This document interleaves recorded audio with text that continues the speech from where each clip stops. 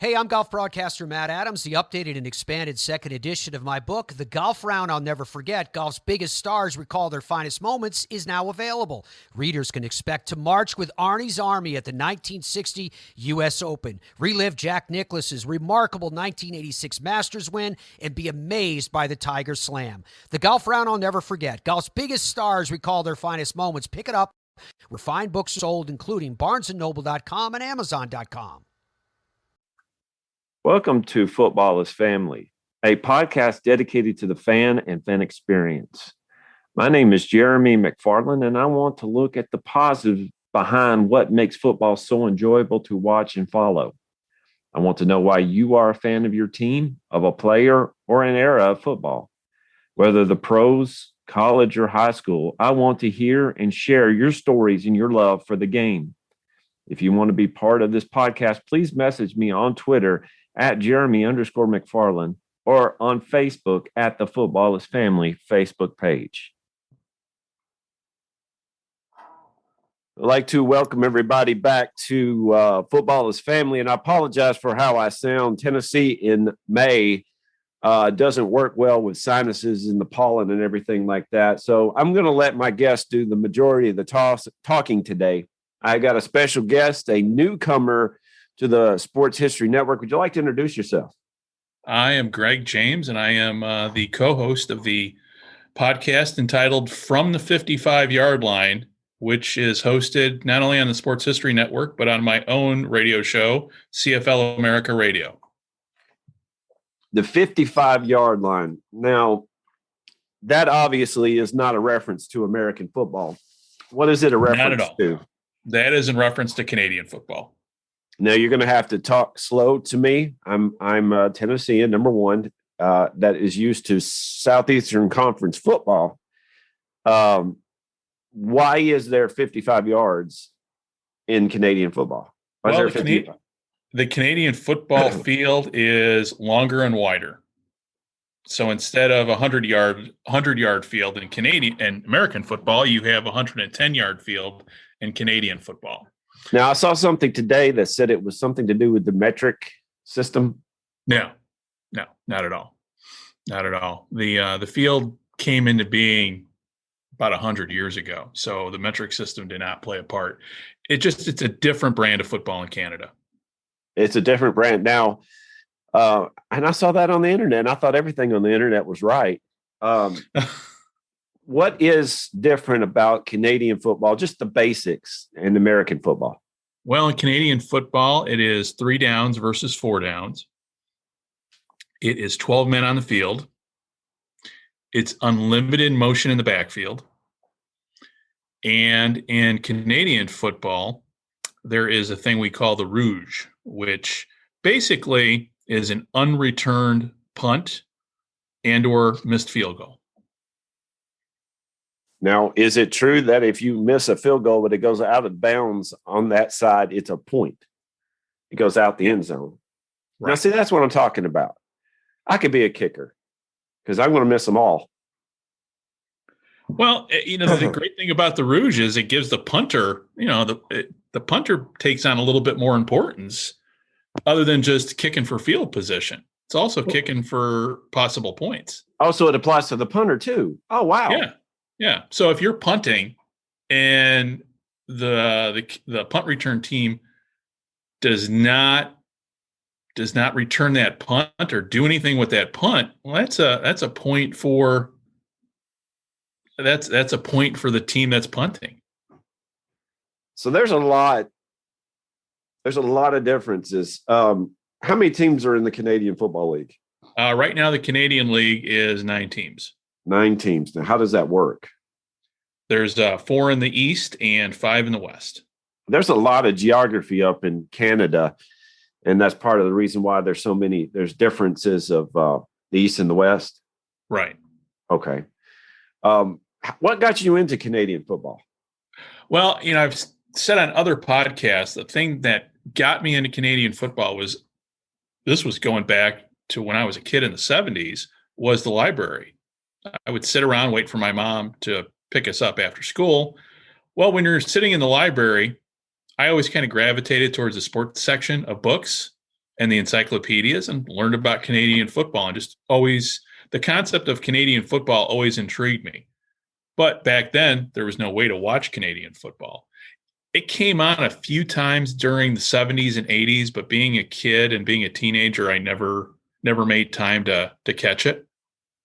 So I really did not see my first Canadian game until, I want to say, probably maybe the mid 90s, when some of the games were on ESPN.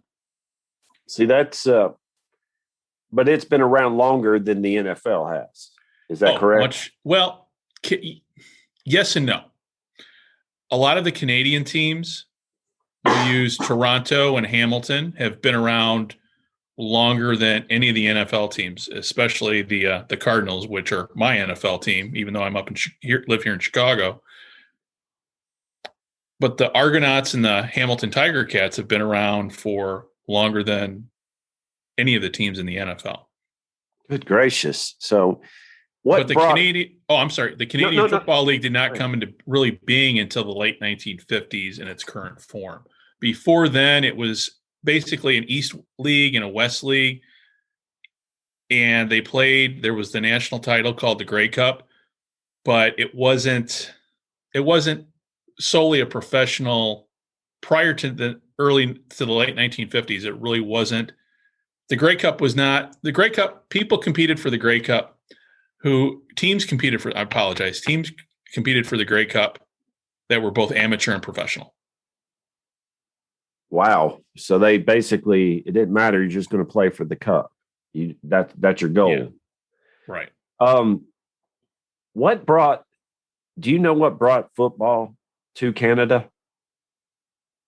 Who brought football to Canada? Yeah, because it seems like, in America, it wasn't professional. It was basically college. What brought football to America, or to Canada, I should say? Well, in Canada, the Canadian game was started by the colleges too. It was okay. Both our games stem from the same heritage, which is going back to England. But at the time the American game was being developed, the Canadian game was being developed up in the colleges up there, specifically McGill University up in Montreal. And at one time there was, and this was going back, I think, into the late 1800s, there was a cross-border game played between McGill, and I want to say Harvard. I apologize, I don't have things handy in front of me in terms of history, but there was a Canadian-American college football game played at one time.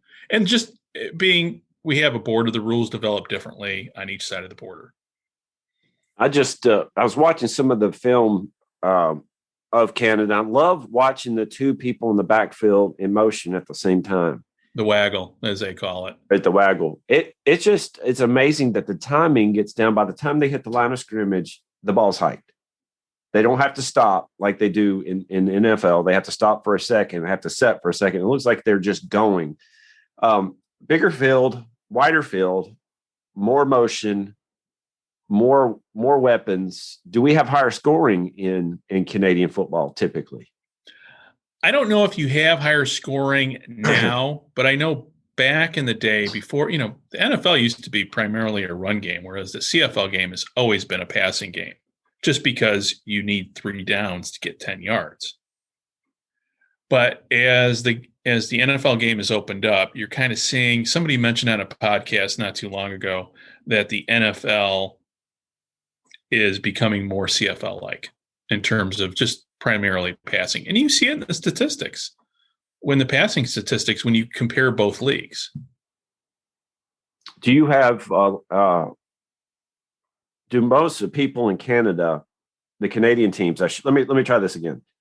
Most people in the Canadian teams, are they native-born people from Canada, or do we have a lot of transfers from America up there?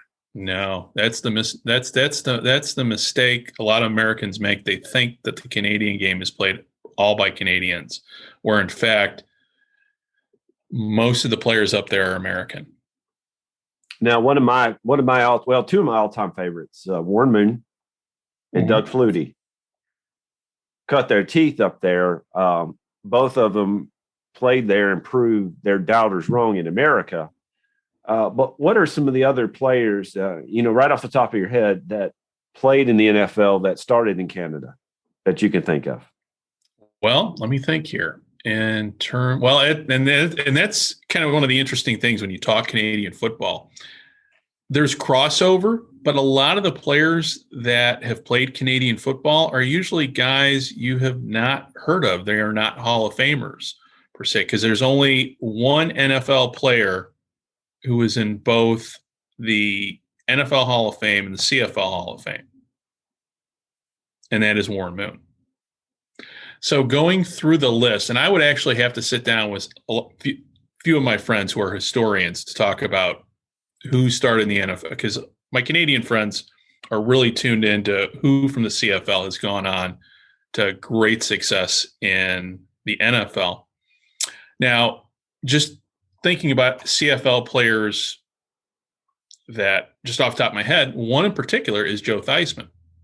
Joe Theismann started his career up in Toronto and actually played in the Grey Cup in Toronto. He's one of the only players that there's also Joe Cap. Yeah. Now, again, we're going back to the 60s and 70s, but you have Joe Cap, you have Joe Theismann, and just off the top, that's all I can think of right off the top of my head. Well, the Joe Cap, I knew about the Joe Cap play. One of the most underrated quarterbacks, but mainly because Fran Tarkenton came back in, the pitcher after that. Right. But I didn't know about Joe Theismann. Yeah, Joe Theismann, that's where he got to start. He ditched the Dolphins. He got a better offer back in the 70s and 60s. The pay scale was about the same for CFL and NFL players. So it was not uncommon for, unlike, talking about somebody else who's played in both leagues, Rocket Ishmael. Rocket Ishmael took a highly lucrative CFL contract back in the early 90s to play up in the CFL for a few years. But that's kind of a different story because at the time the league was struggling financially, and Rocket Ishmael kind of came in to help put, butts in the seats more or less. But yeah, back in the 60s and 70s and the 50s, the CFL and the NFL pay scale were essentially the same. So it was not uncommon for somebody to turn down an NFL offer and go play for a little bit more money in the CFL. For instance, Cookie Gilchrist. Gilchrist was a star in the CFL, and obviously he came back down to play down in the AFL in the 60s. Now, the more we talk, the more names are coming into my head. Well, see, that's what I'm here to jog your memory. Now, I'm looking at you wearing right now. You're wearing a Chicago Cubs hat. Are you a lifetime Cubs fan? I have been a Cubs fan from the first time I saw a game on WGN and Jack Brickhouse calling the Cubs. I respect that. Coming from somebody who was once a lifetime Vanderbilt fan, it hurts. It hurts to be a fan sometimes. Who's your NFL team? You said it was the Cardinals? Yeah, the Cardinals. I am a Bears fan. Now, it's kind of weird in terms of just kind of how my pro football fandom evolved. Originally, I was a Miami Dolphins fan back in the mid-'70s, and that had everything to do with Bob Greasy and his darn glasses, because I had it as a 10-year-old kid. I had the same glasses, and I wanted to be Bob Greasy. So that's where my football fandom started, and I was a huge Dolphins fan. And then once Greasy left and Marino came in, my allegiances switched to the Bears. That's when the Bears got really good. And somewhere in the early 90s, it was after my first trip down to Phoenix, I became a Cardinals fan and have been a Cardinals fan ever since. Well, what do you think about their moves this offseason? I think the Cardinals are going to be loaded. If everything, if all the stars align, they could easily go to the Super Bowl. You look at all the weapons that they have right now, but we'll see. This is the Cardinals we're talking about. We've been down this road before. Well, I was very excited to see J.J. Watt going to another team, only to find out that we open our season against the Cardinals, the Titans do. And I'm like, doggone it. I thought we got rid of J.J. Watt. Yeah, it's going to be but, with J.J. Watt's history of injuries, I'm not completely sold on that either with him going to the Cardinals, because he is getting older. Great, they signed him to this great contract, and hopefully he's going to be there. But we all know it just takes one injury, and it can completely change a season. Your quarterback, Kyler Murray, though, is an amazing athlete. And I think he's become more of a passer than a runner, which many, I read that people said he's not going to do that. He's going to be more of a runner. But I think his arm has gotten better over the past couple of years than people thought. Well, yeah, and I agree with you. And it's funny, when he got drafted, I was not sold on Kyler Murray because I looked at him and I'm like, well, he's Doug Flutie-like. He's small. And I would say to my friends, I go, if he washes out with the Cardinals in the NFL, he'll go to Canada because he's the perfect size and is the perfect. If you're thinking, what does a great CFL player look like? It would be Kyler Murray. Possesses the run skills and the pass skills, and he's a dual threat.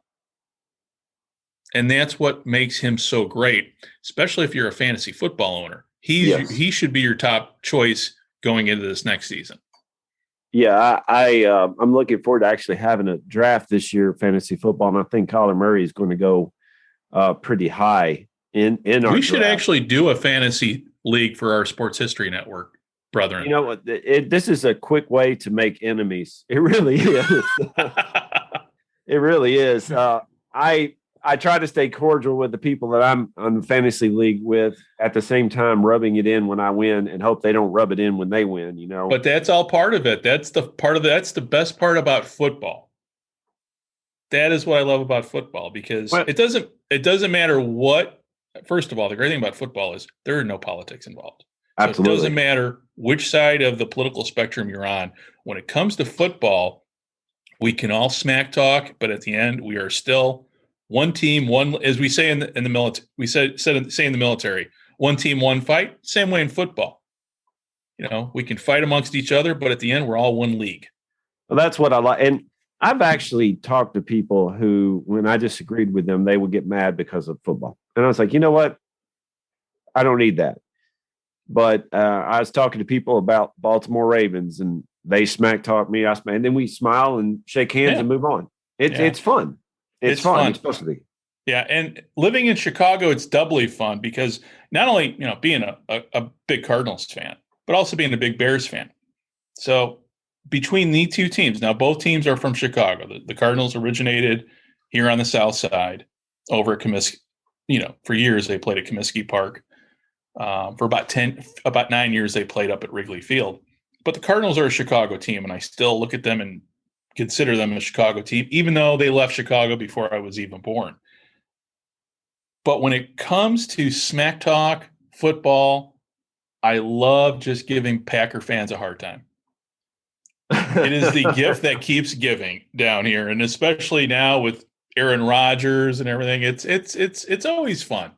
But I'm smart enough to know that the Packers, as much fun as it is to smack talk with them, it is still the history you have to respect, and that team and what it represents to a community is phenomenal. It unites a state, and you don't see that with, I don't think you see that with other NFL teams. Or the only other pro football team that comes close to that is the Saskatchewan Roughriders, because that is the only pro football team. That's the only pro team up in that province, and it's a small province.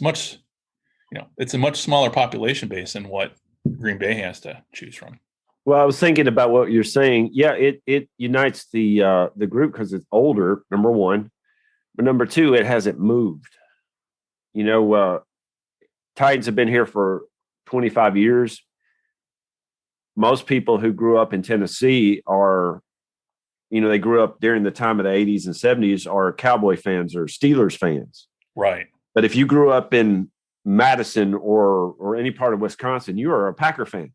Yeah, you're either a Packer fan or depending where you live in relation to the borders, or you're a Vikings fan or you're a Bears fan. I'm sure that goes well over on Christmas when you come home and you see the green and the purple. That goes well. Yeah, and it's interesting talking to people who are farther north. They say that the Vikings-Packer rivalry is a little bit more intense than the Bears-Packers rivalry. I'm glad they could see that because I don't see that.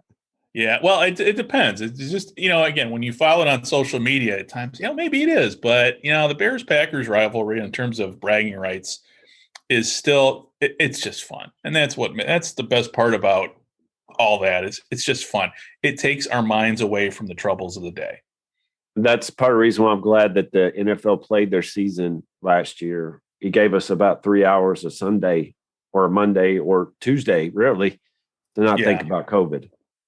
Yeah, and considering considering really, I would say the last 4 years, but just you even go back in history, football has always been a way to bring us all together. And, you were talking that's about the best part of it. Well, you were talking about your service in the military, and a few weeks ago, I talked to Clayton Truder about this. After 9/11, what brought the country together? Sports did. Yeah. Sports did. The Giants played at Kansas City. There was not a Kansas City fan in there. Everybody was a Giants fan. Right. I believe the World Series that year was the Mets versus the Yankees, if I remember correctly. Yeah. New York teams. And the country can be brought together by sports if people keep in mind that this is a game that's supposed to be fun to watch. Right. Yeah. Well, in terms of just using a Canadian analogy to it, back in the mid 90s, there were several American teams in the Canadian Football League. The Canadian Football League terms their American expansion as more of an experiment. But long story short, it basically having teams in America was a way to financially help the CFL survive to this point because they were hemorrhaging money and the CFL got expansion fees from these American teams. But in 2 of the 3 years where there were American teams, you had an American team, the Baltimore Stallions, which I still kind of refer to them as the Baltimore Colts, which they were intended to be the Baltimore CFL Colts when Baltimore had a CFL franchise. But they played in 2 Grey Cups, 2 championship games. The first one, which they lost to the British Columbia Lions. And if you've watched, and then the Grey Cup games are available on YouTube. That's a beautiful thing about YouTube, and it's our way to look at the past that we didn't have, for instance, back when I was a kid, back in the 70s, 80s, even 90s. But you watch those games, and especially you watch that 94 Grey Cup, and you see the passion of the Canadians. That Grey Cup brought a lot of Canadians together. It united them. Even a lot of people who didn't even care about the CFL, because it was Canada versus America, brought people together. And sitting there as an American, that was good. That was very, I'm watching that. And again, it's 20 some years on, but it's fun to watch that. The patriotism. And it's a good feeling. And we have that in the States too. It's like you said, after 9/11, there was a abundance of patriotism after 9/11. Unfortunately, we don't have that right now, but hopefully it'll come back. That's the one thing about America that I really appreciate is that we are divided on a lot of lines, but when it comes down to it, we unite. Yeah. Now, I ask people this, and I want to ask you this, Greg. If you had a Mount Rushmore, I don't know what they would call it in Canada. If they had a Mount Rushmore in Canada, of the top 4 players that you could think of off the top of your head in Canadian football history, what would it be? Okay. Well, that's when you have a Mount Rushmore with 4 people and you have 9 teams. So let me think here. Now, if you say Doug Flutie, I will put him as an asterisk. I will put him as an asterisk because to me, Doug Flutie and Warren Moon are a given. But if those are the 2 that you want to put on there, that's perfectly fine with me. But if you want to think of somebody else, yeah, I'm searching because there's no matter who I mention, I'm going to leave somebody off. See, that's what I want. I want people to just get mad and controversy. This is what this is all about. Controversy. Well, in terms of let's just we'll just say my personal one. If I would have a Mount Rushmore, it would be you'd have Warren Moon, you would have Russ Jackson, who is the most. Nobody knows who Russ Jackson is down here in the States. Yeah, I'm looking him up right now. Yeah. And in terms of coaches, I think you would have Leo Cahill, who coached the Argonauts to several championships. And you would have Wally Buono, who was both a player and he is the all-time winningest pro football coach, north and south of the border. Really? Yeah. All right. Russell Stanley Jackson, 12-year football career with the Rough Riders. By the way, the names for the Canadian teams are just awesome. All-Star in 66, 68, 69, East All-Star 62, 63, 66, 67, 68, 69. Well, doggone. Yeah. Yeah. And he's Canadian. Well, there you go. And unfortunately, you don't see many, if at all, Canadian quarterbacks playing in the CFL. Good gracious. I'm looking at this guy's credentials. It's amazing. This is something that your podcast deals with a lot, correct? That you're going to talk a lot about Canadian football. Mm-hmm. And if they want to follow you on this, what is the name of your podcast again? It is entitled From the 55-Yard Line. From the 55-Yard Line. And where can they follow you on Twitter? At CFL America. Do you have a Facebook page yet? Or are you working on that? No, you know what? It's funny you mentioned that. I was thinking about that the other day. And as much as I'd love to have another, I do Facebook personally, but I don't know if I want to put my CFL stuff on there. But everybody's on Twitter, I think. And I think at some point Facebook's going away. So I might have a Facebook page at some point. But no, I kind of get off Facebook I do Facebook because of the personal stuff. But it's become so politicized that I just rather go over to Twitter. On Twitter, when I'm under my CFL America handle, I ban all politics and it is just football only. Let's see, that's what I'm talking about. And you had one drop today. You had an episode drop today. Is this going to be a weekly thing or is this going to be bi-weekly? It's probably going to be monthly only because of my work schedule right now. And, doing a podcast, as I've learned. Now, Scott, we did our first podcast last month, but right about the time we did that, Scott ended up having to start packing up and moving back to his hometown of Birmingham. He had a change in his personal life.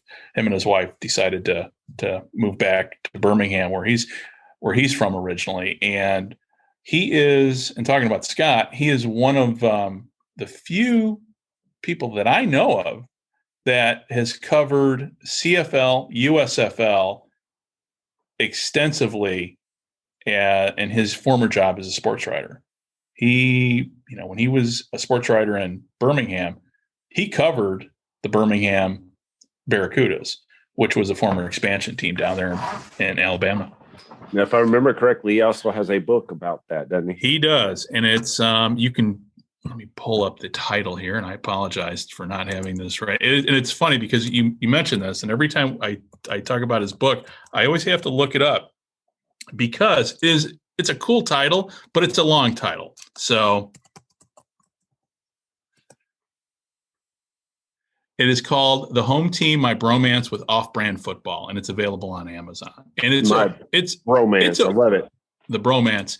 And it's a really good book because when I first got it, now I didn't know Scott before I got the book. No, we were Twitter friends, which is different than being real friends. But I read it and I just couldn't put it down. And it's one of those types of book. It's written from a fan's perspective. It's not technical. It's not all stats. It's just memoirs of somebody who grew up in a town who saw many pro teams come and go from his childhood up until the AAF with the Birmingham Iron. So it's a really good book, and it's an easy read, and it's well worth the money. I will put a link on when this episode drops. Should be Thursday.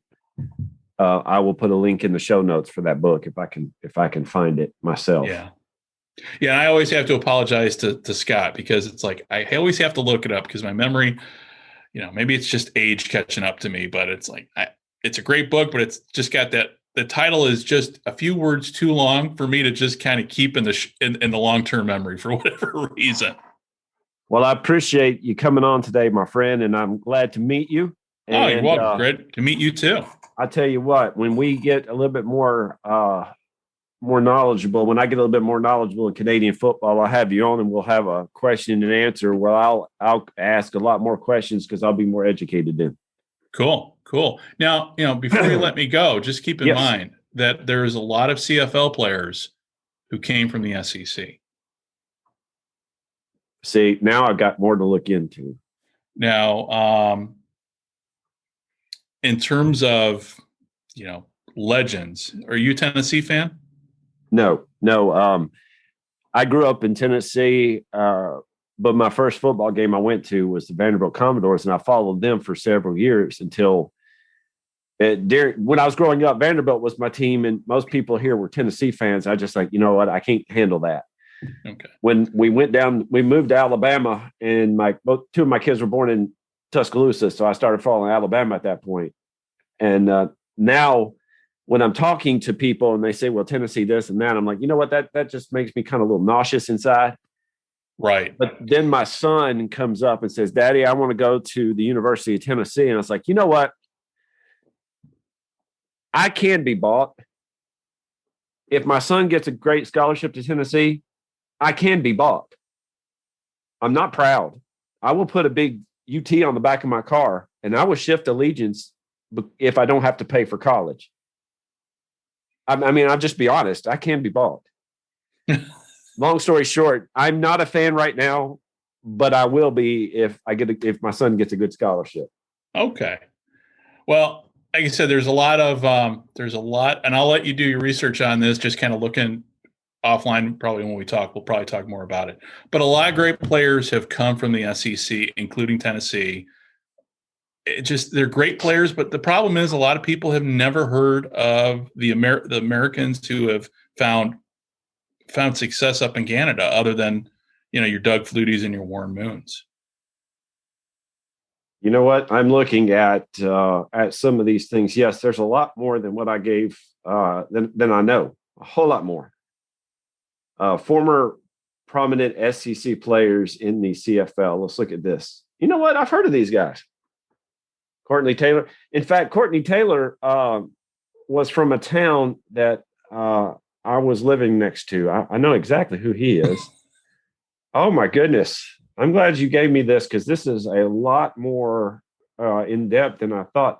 And you know what? When people say, well, they had to go to Canada to play football, that doesn't mean anything. That's a professional league.